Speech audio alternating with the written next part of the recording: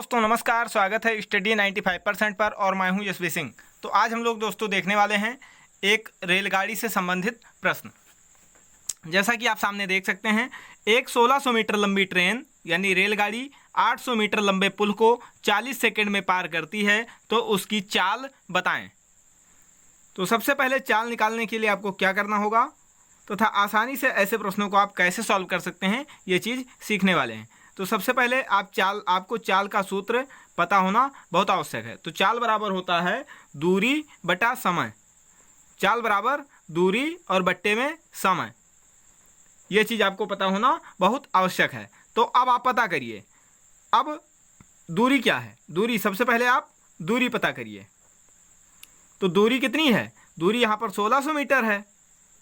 1600 metre, एक 1600 metre लंबी train की लंबाई कितनी है? 1600 मीटर है। और 800 मीटर लंबा पुल है, तो पुल की लंबाई क्या है? 800 मीटर है। और पार ये दोनों मिलकर करेगी ना, यानी दोनों लंबाई को पार करना पड़ेगा। ट्रेन अपनी भी लंबाई पार करेगी और पुल की भी लंबाई पार करेगी, ऐसा आप समझिए। तो टोटल दूरी आपकी कितनी हो जाएगी? 16 और 8 2400, यानी 2400 मीटर की दूरी हो जाएगी। दूरी आपको पता चल गई। अब आपको क्या निकालना है? अब आपको समय देखना है। तो अब आप समय भी निकाल लीजिए, समय भी देख लीजिए कितना दिया गया है। तो समय आपको कितना दिया गया है? समय दिया गया है 40 सेकेंड। 40 सेकेंड दिया गया है, तो समय आप 40 सेकेंड लिख लीजिए। समय बराबर 40 सेकेंड। अब आप निकाल सकते हैं ना, अब चाल आप निकाल सकते हैं। चाल बराबर क्या है? तो चाल बराबर है दूरी बटा समय। तो दूरी कितनी है आपकी? तो दूरी है 2400 मीटर। और समय क्या है? तो समय है 40 सेकेंड। सेकेंड को एस से लिख देते हैं, ठीक है, सेकेंड। अब इसको आप काट लीजिए, 0 से 0 कट गया और 4 छंग 24,